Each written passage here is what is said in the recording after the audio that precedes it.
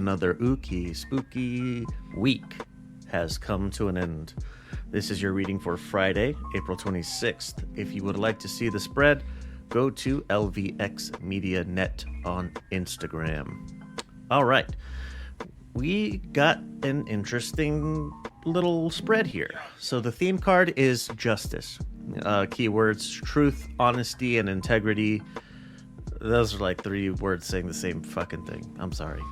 The tool card is the inverted Three of Wands. Obstacles, delays, frustrations. The obstacle card is the world. Wholeness and a sense of belonging. Question mark. Advice, Three of Cups. Open yourself up to your trusted confidants. The sixth instinct is witchcrafting. The message of this one is the exercise or invocation of alleged supernatural powers to control people or events. That's less of a message than it is a description. Moon phase, waning gibbous. So identify the details that we refined in the waxing gibbous phase, and this is the time where we make the determination if they should or could be discarded. All right, let's put it all together here.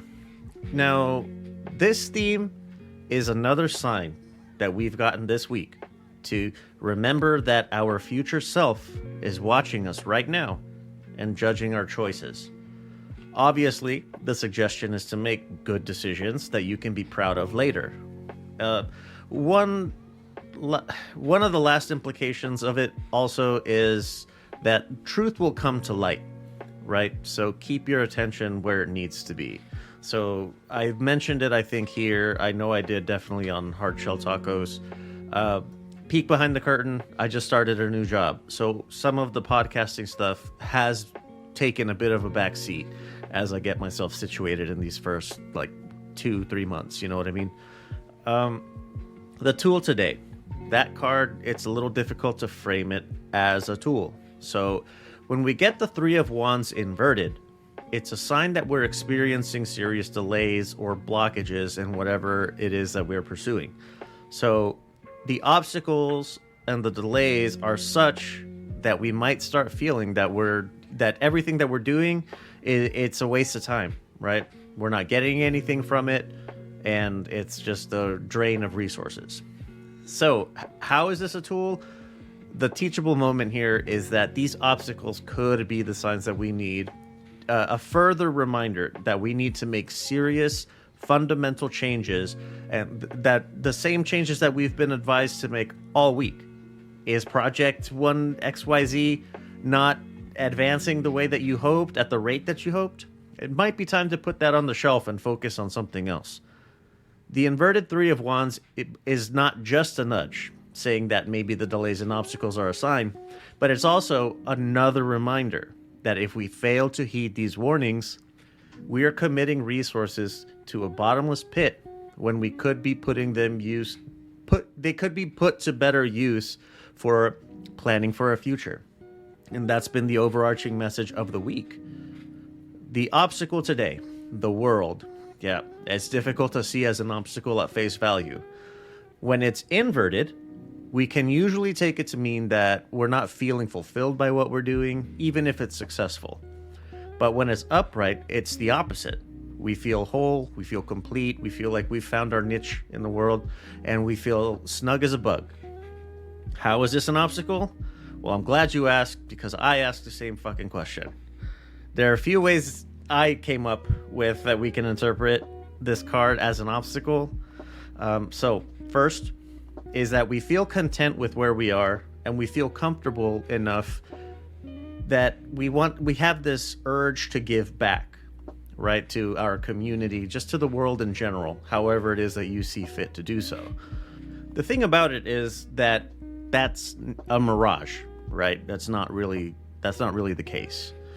The second interpretation is that it's the suggestion that we're feeling fulfilled or happy with our current place in life, and that it's something. I think that's something that we're trying to make ourselves believe, even though I think in a deeper part of our heart and soul we know that we don't. And the third is the idea that we've reached a major milestone in life and that we're ready to handle whatever comes our way. But in reality, we are just living in a dream of complacency. And it's a delusion of where we actually are. So in the context of the reading, I think that all of them could be applicable. So it's difficult to say which one is the best pick because I don't know you. And I don't know what you have going on in your life. But you know who does know you? Your motherfucking friends and your family, the people that you trust, your chosen family or the family you're born into, whoever it is that you confide in. The advice card's message is to open up to these people, the people that you trust the most, because their counsel, their advice is probably the best thing that you didn't know you needed right now. So I think that if and or when you talk to them, keep those three interpretations in mind and see which one fits best after you hear their perspectives on what's going on with you. The moon phase is a call to discard what doesn't serve us as we head into the new moon cycle. So continue having an honest look at your situation and see what changes need to happen if you didn't already figure it out with all of the various signs on the fucking writing on the wall that was all around us this week. No one realistically expects major changes overnight. That was one of the cards that we got, was like, don't let the lack of immediate returns deter you from continuing down the road of change. But slow progress is better than no progress. So just keep to it. Stay dedicated. The stone today, it's an all-around winner. It's good. A clear quartz, it's useful for whatever it is that you're doing. So I think here, the best use that we're going to get of it is amplifying the power of our intentionality and opening our minds to higher planes of thought. I think that at the higher plane of thought, you can have a more objective look at what you have going on in your life. Now, I saved the sixth instinct to the end because I don't know shit about witchcraft. I'm sorry. I don't know anything about it. If you know how to cast spells and shit and make fucking potions or whatever, please hit me up. I need lessons. I don't know how to do this. So I'm not sure how to apply it to any of this, even in like an allegorical or metaphorical sense or figurative sense. I can't. Sorry. Even I have limitations. All right. Now, this is actually another one that fit together really well. And so the skeptic, and I count myself among that number, would say, look, this is too fucking convenient. There's no way that it just happened to come out like that. Well, challenge accepted, bitch. Go to patreon.com/LVXMediaNet. Go to the Ooky Spooky tier, and you can there's a video that I publish at the end of the week. Every week, it shows how I do this. How do I shuffle up the decks? How do I get the stone that we get? And there's a whole lot more that I put into the ritual besides just decks shuffling and then picking out a fucking rock out of a bag. There's a lot more to it than that. So if you want to see, that's where you can go check it out. Now, on the topic of readings, if you want to personalize one, you can get one. They are free. I'm not going to charge you for them. But keep in mind that the more complicated it is, like the more, I guess, the more depth that you want to it, it's going to take me longer to do it. So if you want one, go to lvxmedia.net/spooky. That's the fucking Ooky Spooky page. And if you scroll down, there's a form that you can fill out. Whatever it is that you want the reading to be, what's the topic? Is there a particular person we're talking about? Is this about your finances, your career, whatever the case is? And there's an option where you can check out all of the different types of art for all the decks that I have. I feel it's really important for you to pick the deck that your reading will be done with, for it to represent you, and for the artwork to speak to you. So there's that. And yeah, the part that I don't like having to say, I don't like that I have to say it, and I don't like saying it, but it's fucking necessary, and I don't come at me with weird shit. If we're getting into like a legal gray area, I'm not gonna play. Sorry, I'm taking my ball and I'm going home. If you are presenting something that is very unethical, and yeah, that's a subjective term, I suppose, but according to me, if you're challenging my ethics, then I'm not gonna help you. So don't give me fucking weird stuff. Please, for the love of fuck, don't give me weird stuff. The form, the web form that I was just talking about, that is the best way to get in touch if you want a reading. Now, there are other options.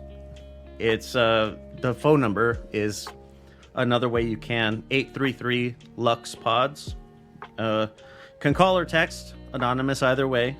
If you just have like a general comment or a question or whatever, you can call and leave a voicemail, and I can cut your audio in. So like if that's what you want, you can do that. You can send voice notes on WhatsApp, but the voicemail thing is a little easier. Either way, whichever you prefer. Now, importantly, and I really want to stress this is actually part of where the don't send me weird shit came from, is if you try to reach me by social media DMs, it is imperative that you know those are not private channels of communication. Okay? Those are not private. There are other partners. Some of my business partners have access to those accounts. Some people that I delegate work to have access to those accounts. Okay? Other people are going to read whatever it is that you send me. So if you send me something fucking weird, other people are going to see it, and they might take an action that, I don't know, whatever. I don't want to get too far into what ifs, but the form goes directly to me. The phone number goes directly to me. Otherwise, yeah, the social media stuff, that's not private. Keep that in mind. And please don't send me fucking weird stuff. Oh my god, don't do that. Alright, so Patreon, readings, fucking phone number. Yeah, that's it. No readings over the weekend. But there is cool stuff coming out. It's Friday. Not a whole lot in the sports world to report, but next week there will be. So that's kind of fun. So get over to the Boxing B-Sides if you want to hear like some talk about Canelo or Naoya Inoue. If you want to hear about those two, those are coming up soon. UFC 301 is coming up. Hard Shell Tacos, we're still trucking along. That's, I guess, another peek behind the curtain kind of situation. If you're into that kind of thing, we talk about just like me and my cousin Lily. She's hasn't been here lately, but yeah, we just talk about whatever. And oh right, Progressive Patriots. I just yesterday, I got the chance to interview a former ambassador to both Canada and to Japan. It was really cool, very illuminating, very cool guy. Ira Shapiro is his name. It's a fun interview, a lot of fun, and he's a brilliant man. So yeah, you can check that out. All of these are available on the website, lvxmedia.net. You don't even have to like subscribe anywhere. It would be nice if you did, but you don't have to. You could just go to the website. You could listen to it on the website. So that's kind of fun. And I think that's it. All right. My cat just jumped up on my desk. What do you want? All right. No, sorry. Let's get out of here. All right. I will see you Monday. Same ooky time, same spooky place.